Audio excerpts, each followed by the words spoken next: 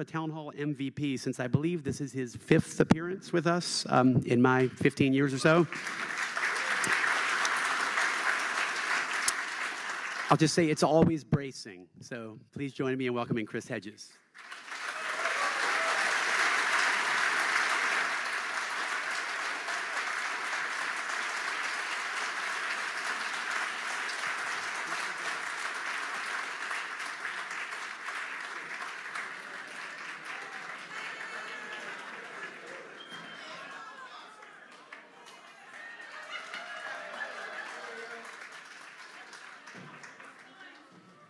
Okay, is that better? I guess everyone does PowerPoint now, so I don't know how to do PowerPoint. Before I begin, there's 2 recent news events that I find deeply disturbing, both as an observer of American society, but I would say also, in one case, personally as a journalist. As some of you may know, a good friend of mine, Jamal Khashoggi, a columnist for the Washington Post, who I worked with in the Middle East, an incredibly courageous, honorable, perceptive journalist, was apparently murdered in the Saudi consulate in Turkey, and it was probably in Ankara. What I find so chilling, we also just lost a Bulgarian investigative journalist who was murdered in a park, raped and murdered. And what I find so chilling is the almost certain fact that the US government will in no way protest or sanction the Saudi regime. I've long been a supporter of the boycott, divestment, and sanction movement for Israel, but I'm also a supporter of the boycott, divestment, and sanction movement for Saudi Arabia.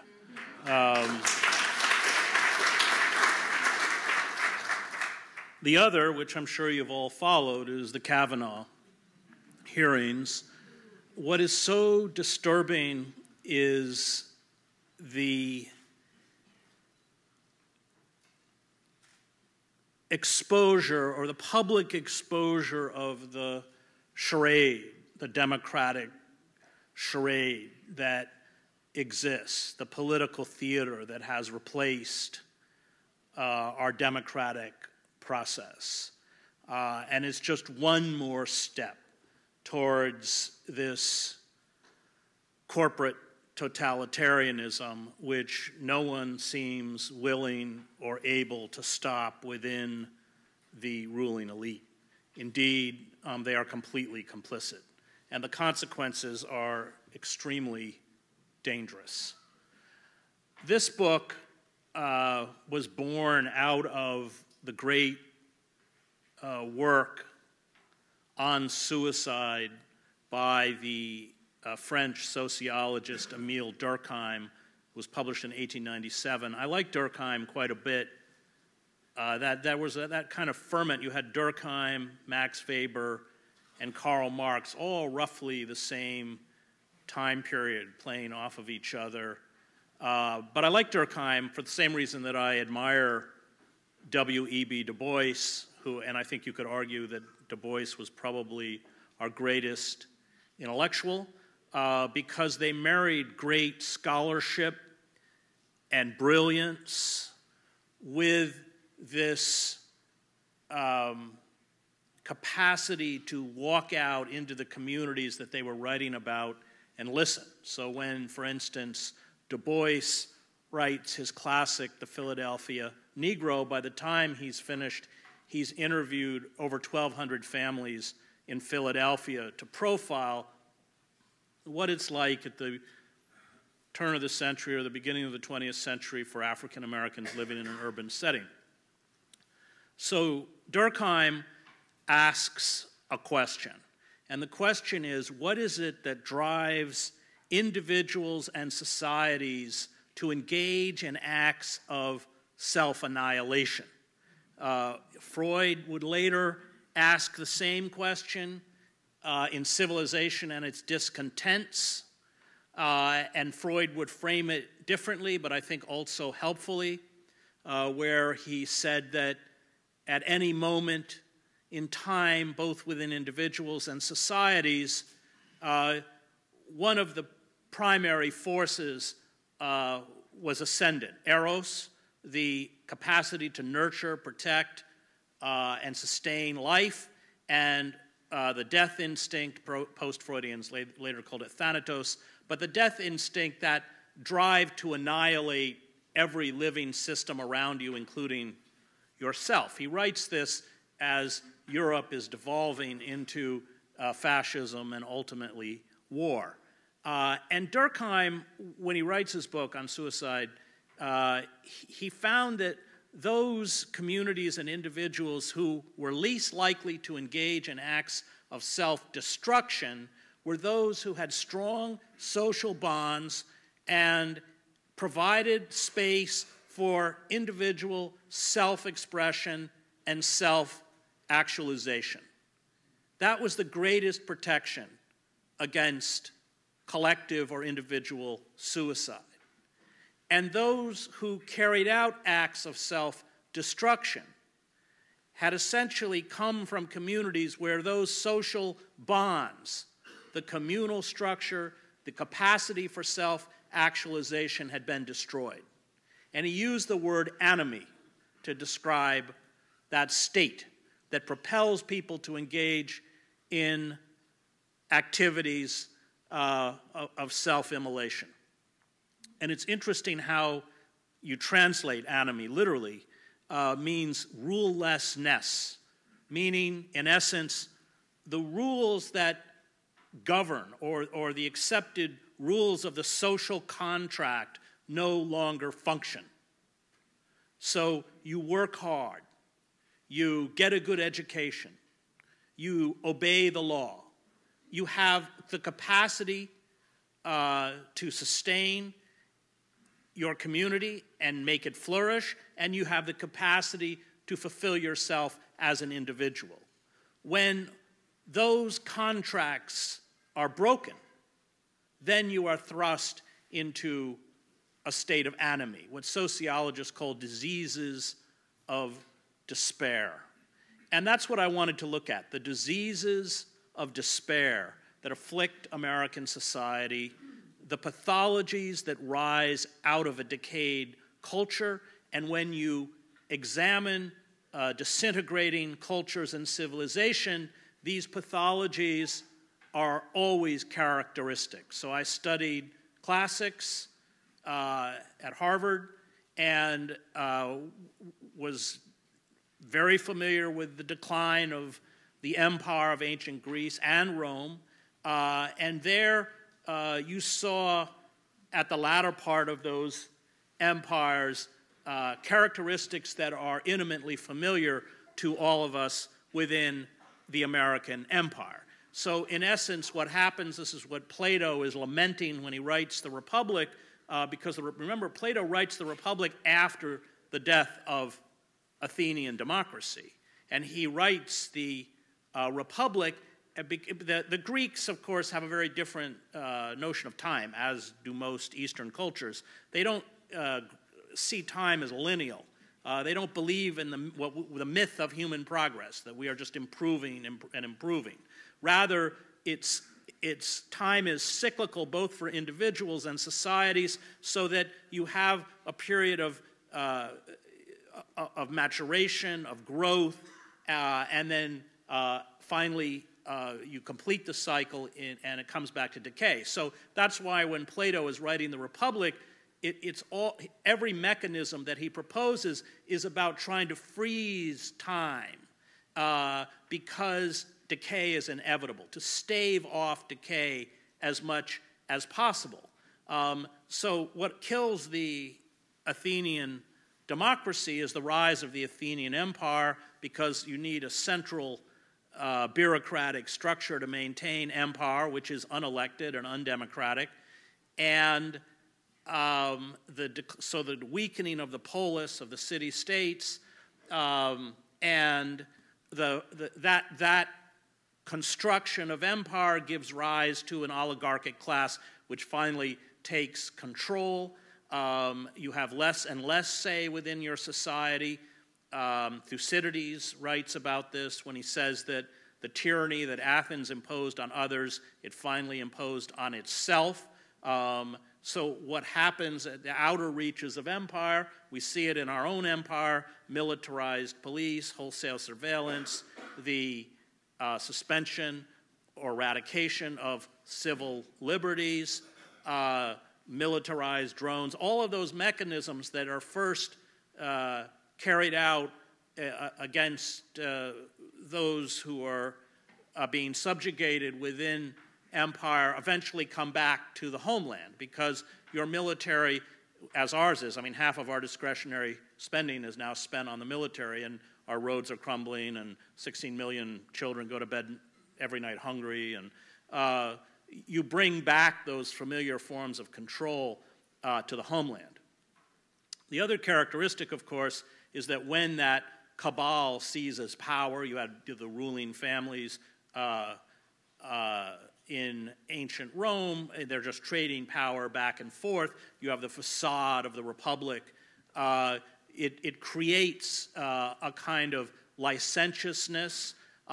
There's essentially two rules. Matt Taibbi wrote a pretty good book about this called Divide, where he looked at the legal mechanisms that criminalize the poor and the mechanisms that essentially allow the elites, Goldman Sachs, Citibank, to carry out massive acts of financial fraud and orchestrate tax boycotts, which they've done, that there become two rules within the society. As Barbara Ehrenreich pointed out in her great book, Nickel and Dimed, nobody works harder than the poor in this country. And she describes being poor in this country as one long emergency. So the idea that working hard is somehow going to allow you to advance becomes a fiction.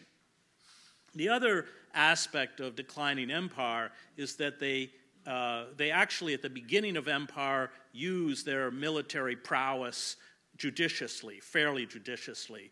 But at the end of empire, as you begin decay, they engage, historians call it micro-militarism, they carry out suicidal military fiascos. You saw the Soviet Union do this in Afghanistan.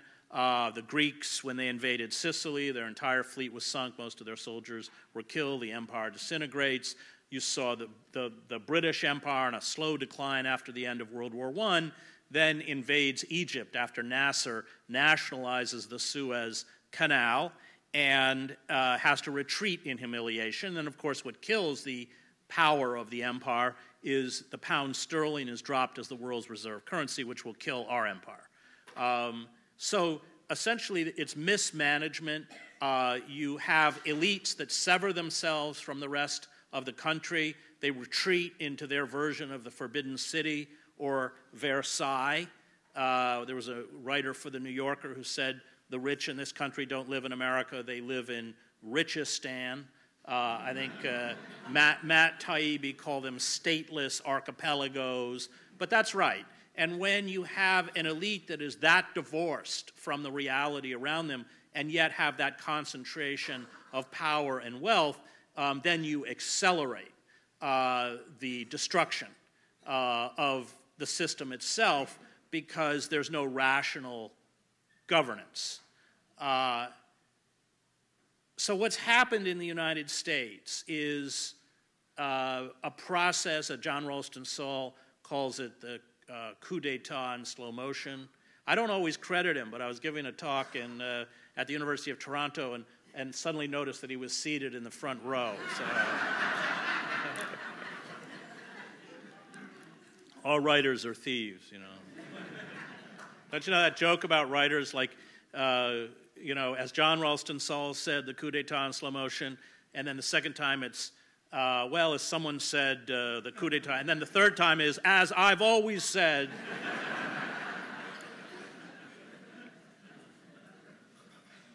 But we had, I mean, you know, it turns out that Eisenhower, of all people, was quite prophetic about where we were headed. Remember that the highest tax rates for the wealthiest individuals and corporations under the Eisenhower administration was 91%.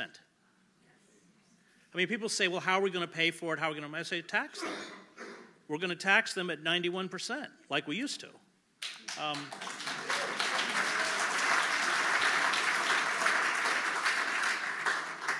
And the other thing we're going to do is, we must do,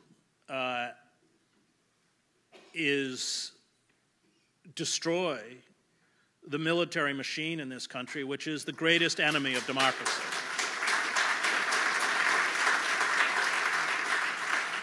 There's no rational, was it yesterday, right? Was the 17th anniversary of the invasion of Afghanistan?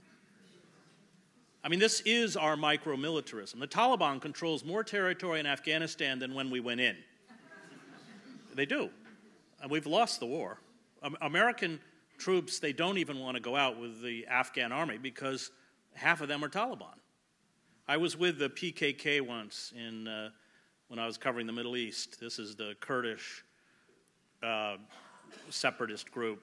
And I've been with a lot of rebel or insurgencies, and I covered the war in El Salvador for 5 years, but I noticed not only were they well equipped, just because they were all running drugs out of Lebanon, so they had money, but they were really good.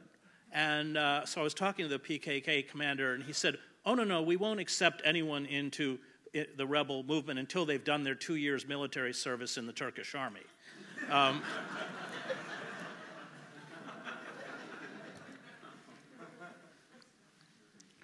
So what happened is that we lost control of our government. We lost control of our economy. You know, and this isn't unique to the United States.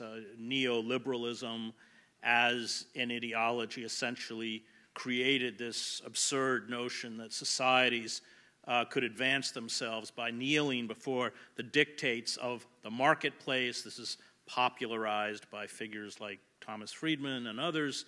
It's an absolutely ridiculous political theory. It has no economic validity in the, you know, I don't know how many years of economic history.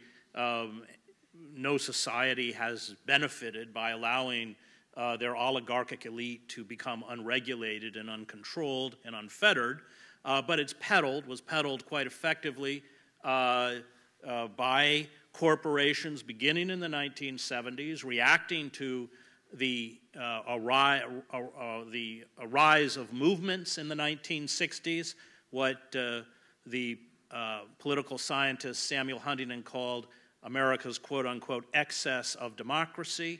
You had the Lewis Powell memo of 1971, which I'm sure you're aware of, which was the kind of blueprint that corporations used to roll back these movements and seize control of all of the institutions, and this goes back to the Kavanaugh issue, including the courts, academia. So if you weren't, especially in economics departments, or our greatest political philosopher who we lost a couple years ago, Sheldon Wolin, and read his book, Democracy Incorporated, a very important book for me in terms of giving me a language to describe the system. He describes the American system now as what he calls inverted totalitarianism.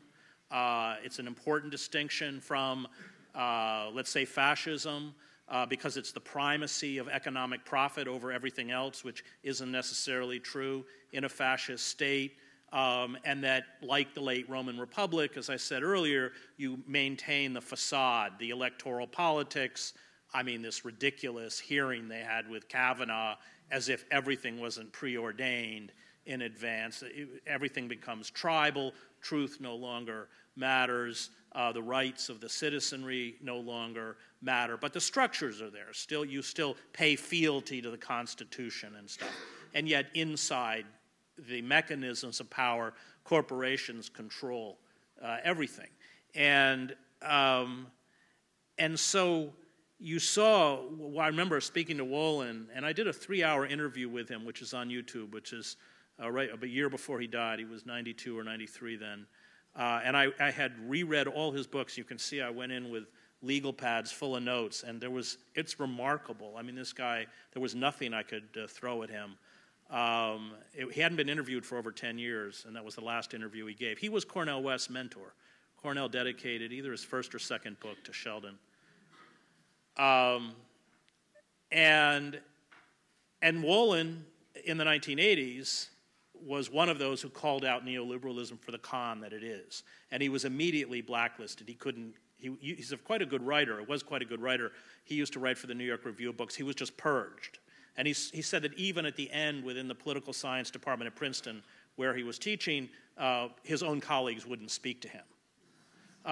So all of those figures who could have warned us, Ralph Nader is another one, were shunted aside. Noam Chomsky, our greatest intellectual, hands down. A couple of years ago, I got a call from Noam. Of course, I've read Noam since, I don't know, I was 18 years old. And he said, I want you to write, I want to ask if you'll write the introduction to my new book. And so I hung up and I told my wife, I've arrived. That's it. I mean, my whole understanding of the mechanisms of the liberal class, I wrote a book called The Liberal Class, come out of Chomsky. I actually told Noam I should have put you down there. That whole idea of the liberal class not being the political left, that the liberal class functions as a kind of safety valve in moments of distress. And the reason in a capitalist democracy you tolerate the liberal class is because they set the parameters of acceptable debate. And as soon as critics on the left start attacking the structures or the motives of the ruling elites, the liberal class discredits them and pushes them aside. The liberal class can critique the excesses, but they never critique the system. And you see the classic example of how a liberal class is supposed to function in a capitalist democracy with the collapse of capitalism in the 1930s and Roosevelt. And Roosevelt's, after his death, they published his correspondence. I think his brother was the editor, which I've read. And it's fascinating because Roosevelt is keenly aware of the powerful movements, the Progressive Party, the labor unions like the CIO, but also the Communist Party, who we've kind of erased from our history, but played an important role in American radicalism. And he says, if we don't respond, we'll get revolution and we'll lose everything. And so it was that pressure that led Roosevelt, who came from the oligarchic elite, to say, well, if the private sector can't create jobs, then the government will create jobs. And he creates 12 million jobs. Social Security. The unions in the wake of World War I had been decimated, destroyed, and the old United Mine Workers couldn't even exist legally until Roosevelt reversed it. So that's how a liberal class functions. And Roosevelt says his greatest achievement is that he saved democracy. I mean capitalism, not democracy. He saved capitalism. But what happened after the war is there was an assault not only on those radical progressive movements that, as Howard Zinn has pointed out, opened up the space in our democracy. I mean, I always find it, and of course, what isn't today Columbus Day? Yeah. Right. What? We should all be wearing black armbands. Yeah. You know, I was reading Eugene O'Neill's biography, who was quite a radical, and he said the only day in American history that he really cared about celebrating was the day the Sioux and the other tribes in the Little Bighorn wiped out the 7th Cavalry. That was really the only day he felt that. So, as Zinn understood, the system was created as a closed system. And you go back and read the Federalist Papers, and they were terrified of direct democracy, and they created all sorts of mechanisms, including the Electoral College, which has given us the gift of George W. Bush and Donald Trump. They created all sorts of mechanisms to thwart the ability of the populace, which they often conflated with the mob. So all of the spaces in American society were paid for with the blood of working men and women, African Americans, women in the suffragist movement, throughout American history. And this is why Zinn's book is important. I teach in a prison, and when you write up your proposal for your class, I teach through Rutgers, and they say they get their BA program. I taught Les Miserables last semester, and I put in a proposal to teach Gulag Archipelago next semester. I taught a class once called Conquest, and we read Open Veins of Latin America, Bury My Heart at Wounded Knee, and C.L.R. James's Black Jacobins, which is a classic work on the Haitian Revolution, the only successful slave revolt in human history. And Haiti's been paying for it ever since. And I was in Montana. I'd given them the syllabus. I said, well, I won't be here this week because I have to speak in Montana. And I was in my hotel room in Montana, and I got a phone call, and it said, this is a Special Investigations Division of the Department of Corrections of the state of New Jersey. Are you aware that your students just led a sit-down strike in the prison?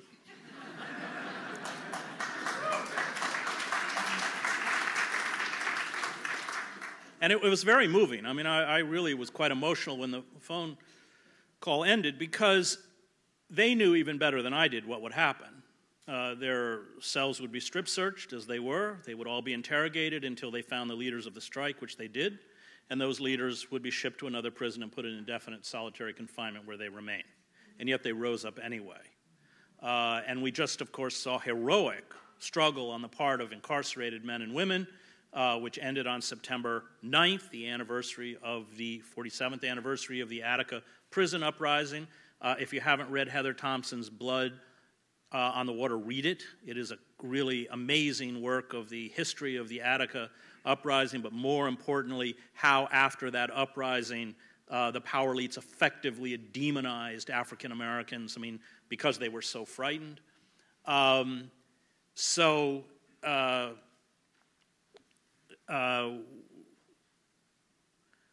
When that action that just finished on September 9th was concluded, you had seen throughout the country thousands of men and women who had carried out work stoppages. It didn't get the kind of press coverage it should, commissary boycotts and hunger strikes, because they grasped, and I think it's an important lesson for all of us, that our system is so calcified that reform will not come from within. It will only come from without.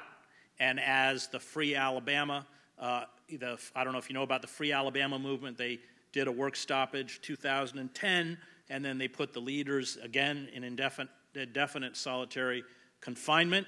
But Alabama being Alabama, where the guards make minimum wage, it means you can get anything. So well, they call me on their cell phones all the time, which you're not supposed to have. But they said, you know, the only way to end slavery, which is neo-slavery, which it is in our prisons, is to stop being a slave. That the only mechanism we have now is to break them economically. If you paid prisoners the minimum wage, our entire prison system would collapse. It can't be sustained. Prisoners in Louisiana make 4 cents an hour. I guess if you're really at the high end, you can fight fires in California for $1 an hour. New Jersey, they make 22 cents an hour. That's $28 a month.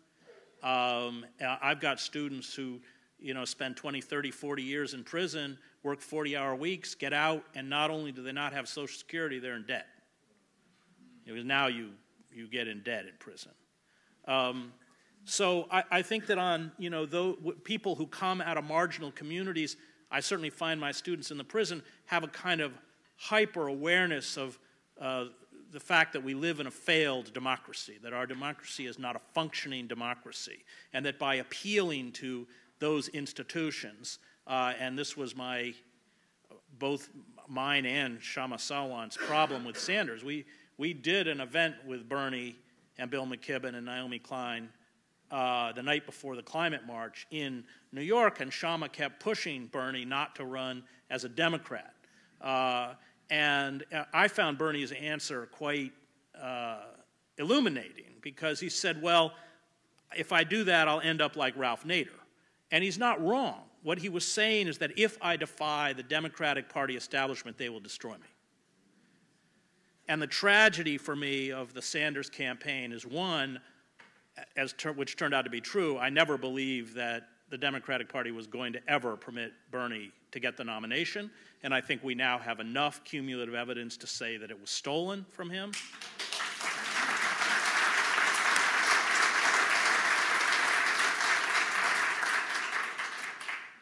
And secondly, we're never going to build a resistance movement within the span of an election cycle. And we're going to have to walk out into the wilderness for a long time. Syriza, which governs Greece, and yes, I know about Cyprus caving into the banks, but Syriza was polling at 4% 10 years ago. We're going to have to go back and do that hard kind of work. I managed, I was going to tell that Zinn story. So one of my great coups in the prison, so when I write the description of the course, the purpose is, it's the opposite from writing for a college audience where, you know, class on the lawn, lots of films. You got to make it sound absolutely as boring and turgid as possible. So I submitted a proposal to teach American history and the three branches of government, and Constitution, which got passed because it goes through Rutgers, then it goes through the prison administration, and then I brought in the People's History of the United States for all of my students. It was quite moving. I mean, most all of them are black, and Zinn is quite cognizant throughout that whole book of the story of African Americans, and these guys, their minds were blown away. But I would be giving my 90-minute talk on whatever chapter we were on, Reconstruction or something, and I would hear students go, damn, we've been lied to. And they have been lied to. So we saw that period in the 70s where corporations organized a frontal assault against every institution that made democratic space possible, that made the mechanisms of reform possible, that gave a voice to the citizenry and critics of imperialism, critics of capitalism. And it closed and closed and closed. At the same time that the economy was reconfigured, and we shifted, in the words of the Harvard historian Charles Mayer, from what he called an empire of production to an empire of consumption, meaning that we were borrowing to maintain both an empire and a lifestyle we could no longer afford.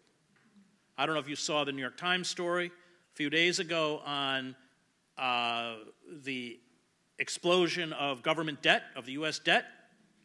It was quite chilling. It was a front-page story. And it was, of course, with the tax cuts, over a 10-year period, we will diminish an estimated $1.5 trillion from government revenue. Next year, we're on track to pay about $370 billion of interest. And in 10 years, we will be paying $900 billion a year in interest. It's not a sustainable system. But, of course, there is a handful of people on Wall Street and in criminal organizations like Goldman Sachs who are doing extremely well. I've taught 3 times at Princeton, and I remember when they had a small Occupy gathering at Princeton, and they asked me to come speak to them, and I did. What I didn't know is that there was a reporter from the Daily Princetonian in the crowd, and the next day the school paper said, Ferris professor announces, I was quoted correctly, Ferris professor announces that the president of Princeton and other elite universities are just overcompensated fundraisers. Princeton students are far too deferential to authority, and half of the Princeton trustee board should be in prison.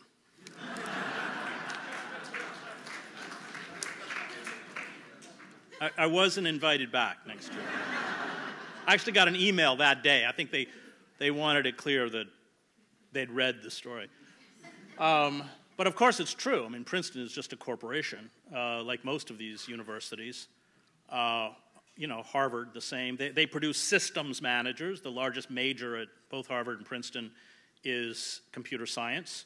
The humanities are withering away. All of those mechanisms that teach us not what to think, but how to think. I mean, they're not wrong that an education is subversive. It's designed to make you ask questions.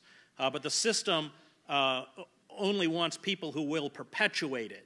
So you get the 2008 financial crash, and the systems managers loot the U.S. Treasury to reinflate a failed financial system. The University of Missouri just recently went and looked and tried to estimate the exact amount of money the Fed had fabricated, and they came up with $26 trillion. Trillion dollars. I mean, imagine. Now, China's response to 2008 was very different from our own. It was about kind of like the New Deal. They had infrastructure projects and all, put people to work. $26 trillion were handed to people who should be in prison, unlike my students. And what did they do with it? Well, they, as they've done with the tax cuts, they bought back their own stock. And, you know, this idea that an overheated stock market is good for the economy, I just want to give everybody copies of John Kenneth Galbraith's The Crash. It's insane.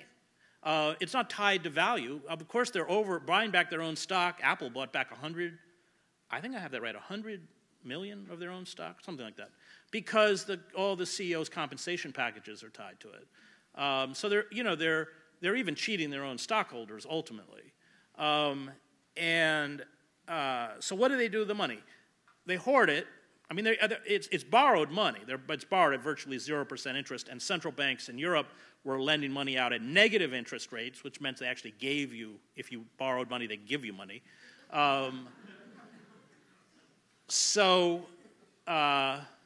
What did they do with the money? They bought back their own stock, which swelled their compensation packages.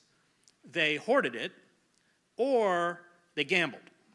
For instance, and there was another article in the Times. I read other papers besides the Times, but there was an article in the Times in the Week in Review about 2 or 3 weeks ago where they talked about the fracking industry being the next .com bubble, because the fracking industry loses money. It's valued on projected profit, just like the .com industry, not actual profit. They've already swallowed about $280 billion. So what you've done is there's no use of that money, which of course, I mean, the tragedy is that, you know, every student in this country could go to college for free. We would have a rational healthcare system where we weren't preyed upon by pharmaceutical and insurance companies. 18% of GDP, the least efficient health care service in the industrialized world. And even if you have insurance, your costs and co-pays and everything is imploding because they can. A million people a year go bankrupt because corporations have the ability to hold their sick children hostage while they bankrupt themselves trying to save their sons or daughter. I mean, it's an utterly insane system. All of this could have been fixed, but it wasn't. And of course, the problem is that it has to be paid back. And so what they are doing is extracting from us. That's student debt, $1.5 trillion, and it's estimated that within 2 decades or so, 40% of those who have student debt will go into default. Personal debt is $13 billion. I mean, American production since 1973 has gone up by 77%. And if wages had kept pace with production, the minimum wage would be well over $20 an hour. 41 million workers in this country, a third of the workforce, earn less than $12 an hour, and almost none of them have employee-sponsored health insurance. But that's by design, because they need to suppress wages in order to extract debt. And I opened the book in Scranton, Pennsylvania. The moment the city is facing insolvency. So everyone in the city has been put on minimum wage, including the mayor. What happened, their pension funds were decimated in 2008, lost 40% of their value because of financial fraud, and they're selling off their city assets. They're selling off their sewer system, their parking authority, all of their utilities, in a desperate effort to regain financial solvency. And of course, these corporations come in and then jack up the prices. Double, triple the prices. And the per capita income in Scranton is $45,000 a year. But the question is, what happens when they don't have any assets to sell off? And this is described quite effectively by Marx when he writes about the late stage of capitalism. He said and Karl Polanyi is the other writer that captured this in his book, The Great Transformation, that when you have unfettered, unregulated capitalism, corporate capitalism, that it has the capacity to commodify everything. Human beings become commodities, the natural world becomes a commodity that it then exploits until exhaustion or collapse.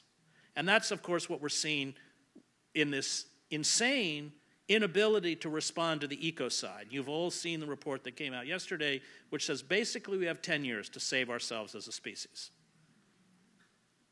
That's it. And the reason that climate scientists are so terrified, they're talking about 1.5 Celsius, the reason they're so terrified of going beyond 2 degrees Celsius is because of feedback loops, which means that essentially you lose the ability to control. So your temperatures rise, your ice cap, the polar ice caps melt, and once they're gone, they're not coming back for thousands of years. The acidification in the oceans, I mean, that you can't control it. The one plays off of the other. And we know what feedback loops do because they've studied it on planets like Venus, which used to have water and is now 800 degrees. That's where we're headed. But we've retreated into what anthropologists would call crisis cults, magical thinking.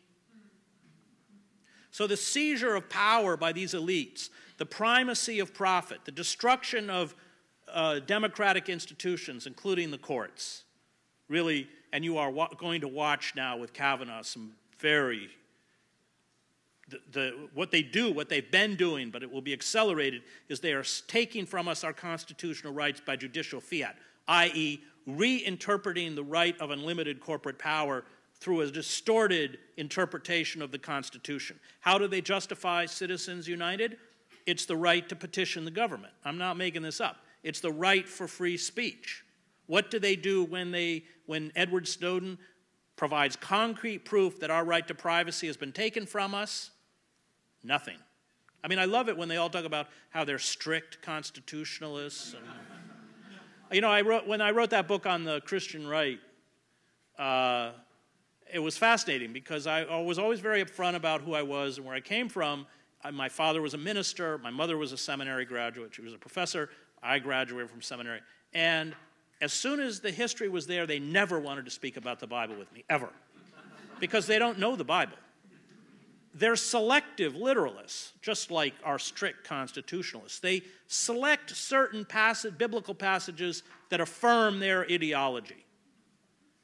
And they have acculturated the worst aspects of American imperialism and American capitalism into the Christian religion, sacralized it.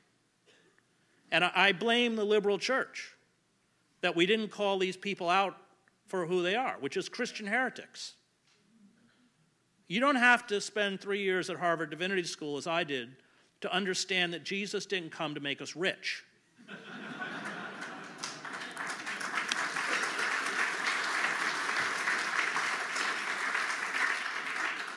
And the Christian right played an important part in this destruction with deindustrialization, slashing of social service programs, all of it, much of it pinned on Clinton. NAFTA, of course, but the destruction of the old welfare system. And 70% of the original recipients in our welfare system were children.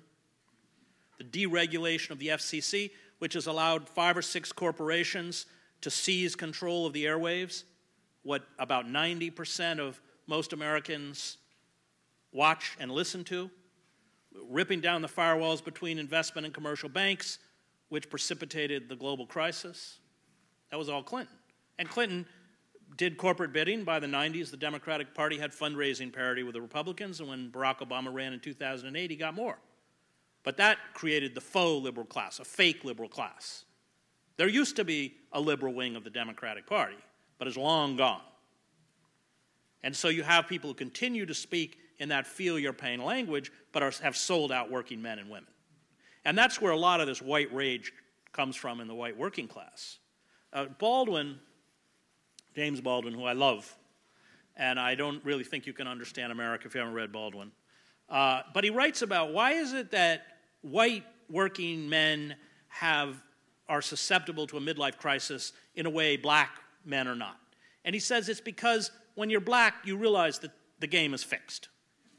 Whereas if you're white, you're more susceptible to believe the myth of a meritocracy and you get ahead, and then you wake up and realize it's fixed. And that's what's happened. And so it is that sense of white entitlement colliding with economic and political reality that they don't matter. And Trump, of course, fed upon that. The whole idea that Trump was elected because of Comey or the Podesta emails or Russian bots is frightening because it is a way of refusing to address the massive social inequality that has distorted our system. You can't maintain a democracy in an oligarchy. Aristotle knew it. I mean, Aristotle said once you have an oligarchy, your choice is between tyranny or revolution. And the longer the Democratic Party, I mean, they're playing a very dangerous game now because they're following the same tactic Hillary Clinton followed, which is Trump is, and we know from the Podesta emails that they wanted Trump as the nominee. And so the tactic is Trump is so repugnant, Trump will implode. But now you've watched with the Kavanaugh hearings. I mean, look, I certainly hope the Democrats retake the House, just as any kind of a bloc, obviously. But they're playing a very dangerous game by refusing to address the fundamental issues that have distorted our society. And of course, they're creations of the corporate state. Pelosi and Schumer in particular, their job is to funnel Wall Street and corporate money to anointed Democratic candidates. They have certainly purged the Bernie people from the party. I know Bernie's going to run again. It is, as Samuel Johnson said, the triumph of hope over experience. These people, if we had real electoral reform and removed corporate money from the Democratic Party, they wouldn't have power. And I think they're certainly cognizant of how fragile things are, but they're just not about to give up their first-class accommodations, no matter what. But we could all go down because of that.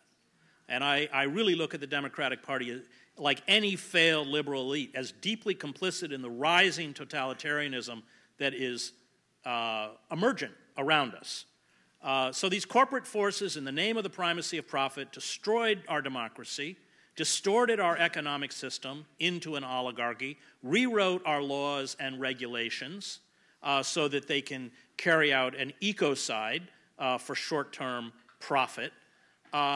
And that seizure of power by a corporate cabal replicated the seizure of power by any cabal, monarchical, communist, fascist, in that it created political paralysis. It created the inability of the government to respond in a rational way to the rights, desires, needs of the majority of the citizenry. And at that moment of political paralysis, something I watched in Yugoslavia, plus severe economic mismanagement, it's a very frightening recipe because it's fertile ground for demagogues. And I want to go back to the Christian right because we talk about magical thinking, fake news, and all this stuff. There are long antecedents for the arrival of a monstrosity like Donald Trump. And they come largely out of the Christian right. Because there you have people who have retreated into the embrace of magical thinking. I spent 2 years writing a book on them, American Fascists, the Christian Right and the War in America. It was my way of trying to reach out to them. I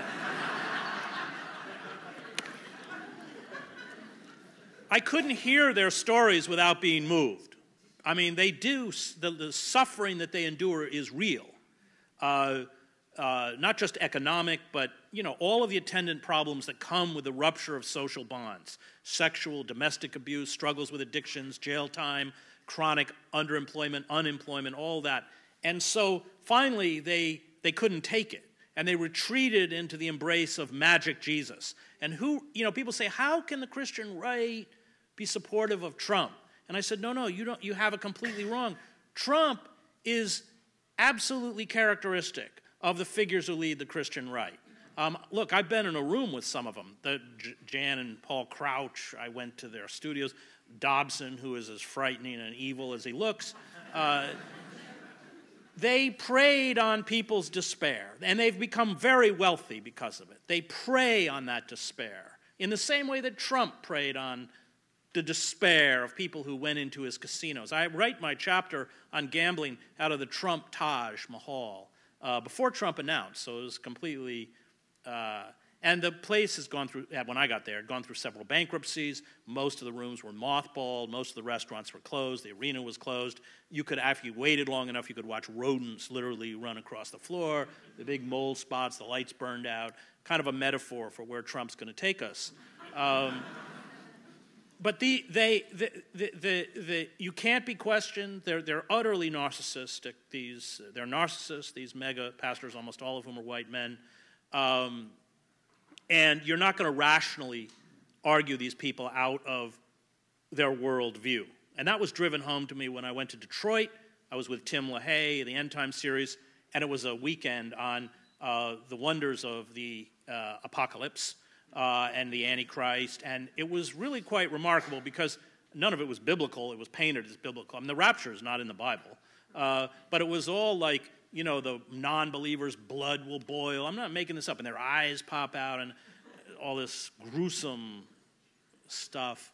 And I realized then that the exhilaration that they felt in that room for the end times was the exhilaration of being able to destroy a world that almost destroyed them. And I came to the conclusion at the end of that book that the only way to save ourselves from this Christianized fascism, and remember the Nazis had the German Christian church, don't forget, with the swastika on one side of the altar and the Christian cross on the other, is to reintegrate these people into the economy. Short of that, you can't argue them out of believing that, you know, every living being, including the dinosaurs, was created in 6 days because the book of Genesis says it's so. I was in the Creationist Museum in Peterborough, Kentucky, which is kind of an amazing, with huge lots for the school buses. And the first, and they brought in the people who did Universal Studios. So you go in for the replication of the Garden of Eden with Adam and Eve and a little waterfall and the T-Rex with a saddle on it. And I'm making it up. And when I'm going through with a guide, and she says, well, I'm sure you all wonder why T-Rex had such big teeth. That's because Adam and Eve used T-Rex to open the coconuts. And we go to the next room, and it's a replica of Noah's Ark, and she goes, I know you all want to know how Noah got the dinosaurs on the Ark. He only put baby dinosaurs on the Ark. You know, it's all kind of funny here, but when you're in a room with 50 or 60 people who believe it, it's truly terrifying. It's truly terrifying. And Trump came out of this, and he has no ideology. He's the classic, he's the classic con artist that rises up out of decayed state. I saw it in Yugoslavia, Radovan Karadzic, Slobodan Milosevic, Franjo Tuđman. And of course, that ideological void is now being rapidly filled by the Christian fascist ideology. Noam Chomsky says, probably correctly, we may get rid of Trump, but Pence is worse. And the drive to put Kavanaugh on the Supreme Court came from the Christian right. I mean, Susan Collins, sitting around pretending she doesn't know that this guy is going to reverse Roe v. Wade, is really hypocritical. I mean, they put millions of, the Christian right made it very clear to the Republican Party this guy had to get on for that reason.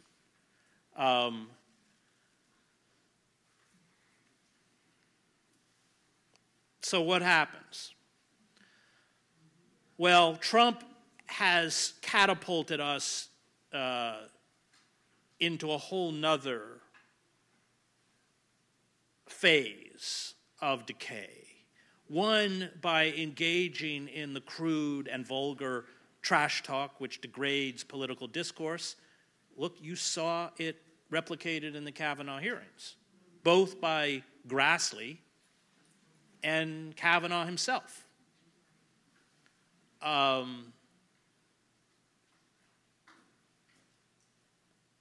So there's a decay of civil discourse, which is classic to totalitarian. It's reduced to insults, hypermasculinity, misogyny, all this kind of stuff.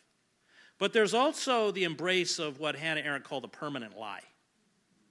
So as I.F. Stone said, all governments lie, all politicians lie. Bill Clinton lied when he conned us into NAFTA, saying it would create millions of good middle-class jobs. George W. Bush lied when he said Iraq had weapons of mass destruction. But George Bush still doesn't tell us there are weapons. Clinton doesn't now say that it created lots of millions of good middle-class jobs. The permanent lie is impervious to reality. And that's what that comes out of the Christian right, and that's Trump. So you can have photographs of Barack Obama's inauguration crowd and Trump's inauguration crowd, and it doesn't matter. His is bigger. And Hannah Arendt in The Origins of Totalitarianism writes that the embrace of the permanent lie, which is always a feature of totalitarian states, creates a kind of collective schizophrenia, because you see reality or verifiable fact in front of you, and yet it's denied, it's denied, it's denied, it's denied. So what I fear is that our economic system is not sustainable. And I have lived through economic meltdowns. I covered in the 20 years I was a foreign correspondent disintegrating societies. I know what the warning signs look like. And once that stability is eradicated, and I don't know what's going to trigger it, whether it will be another financial collapse, or, as Alfred McCoy points out in The Shadows of American Century, the day the dollar is dropped as the world's reserve currency. You know, if you read the New York Times stories closely, because they say, but the dollar is the world's reserve currency. But I'm going to stay that way. McCoy said by 2030 it's finished. And at that moment, everything implodes. You can't maintain your empire. Imports become expensive. Chronic underemployment, unemployment. The elites have no plan B, because they can't lower interest rates any more than they've lowered them. And at that point, you have created fertile ground for the kind of scapegoating, demonizing, and violence. And we already have a president who incites violence rhetorically. You've created fertile ground for the rise of an American fascism. And our only response now is sustained mass acts of civil disobedience. That's it.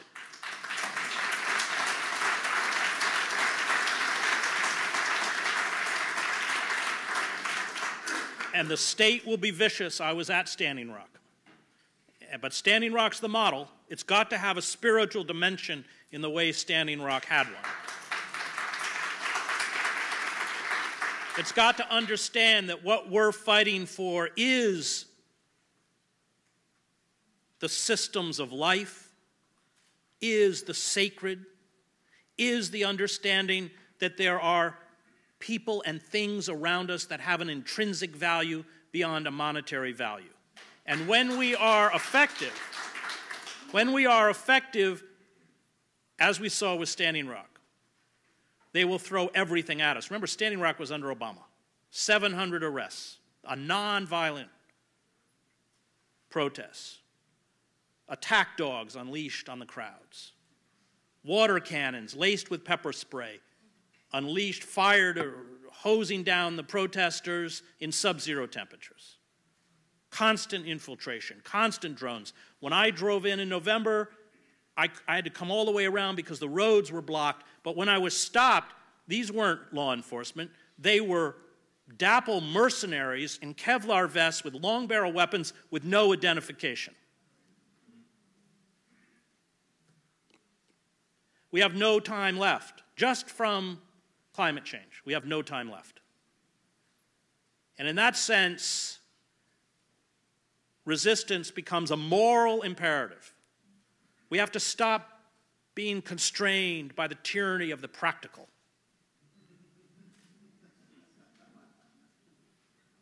We have to understand, as Daniel Berrigan once told me, I asked him, how do you define faith? And he said, the belief that the good draws to it the good, even if empirically everything around you says otherwise.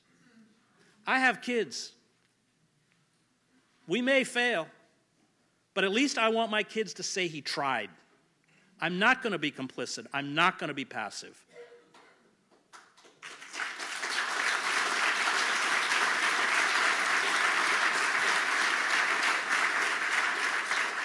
And I can tell you that the good does draw to it the good. Those ironic points of light that flash out wherever the just exchange their messages. May I compose like them of eros and of dust, beleaguered by the same negation and despair, show an affirming flame. I covered the revolutions in Eastern Europe. And the revolution is what I'm calling for. And I'll spell that for the Homeland Security. I'm not playing the games anymore. We don't have time. I'm calling for the overthrow of the corporate state.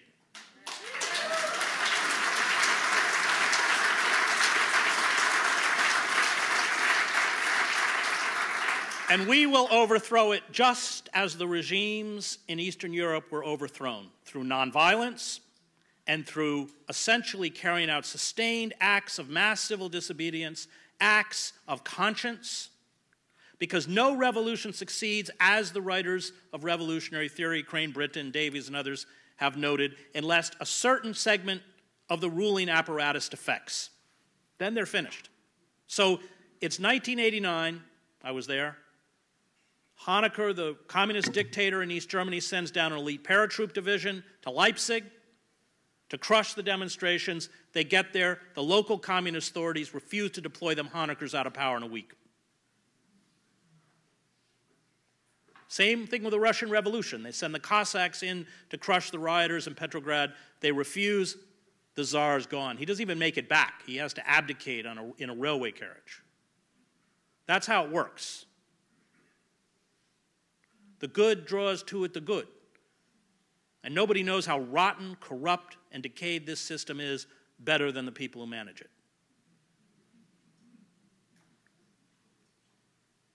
I was in Prague. It was every evening in the Magic Lantern Theater with Václav Havel during the Velvet Revolution. You had posters all throughout the city of Jan Pollock, a Charles University student who, to protest the Soviet invasion in 1968, went to Wenceslas Square, lit himself on fire. 4 days later, he died of his burns. His funeral, which was not reported by state media, was broken up by police. When his grave became a shrine, his body was exhumed, his remains were cremated, and his mother was not allowed to rebury them. A week after the communist government fell, 10,000 Czechs marched to Red Army Square and renamed it Jan Pollock Square. I was in Wenceslas Square with 500,000 Czechs. In December of '89, it was snowing. So the great Czech singer Marta Kubasheva comes out on the balcony. Now, she had sung in 1968 a prayer for Marta to protest the Soviet invasion, the overthrow of Dubček, and the installation of a pro-Soviet regime. Once the Soviets took power, they destroyed her recording stock. She was banned from the airwaves. And in the intervening years, she worked on an assembly line in a toy factory. And when she walked out on that balcony and began to sing a prayer for Marta, every Czech in the crowd knew every word. That is the good drawing to it the good. But if we don't stand up, it can't be seen, and we can't use the word hope. I don't know if we will win. I don't even know if we will survive as a species. But these corporate forces have us by the throat, and they have my children by the throat. And in the end, I don't fight fascists because I will win. I fight fascists because they are fascists. Thank you.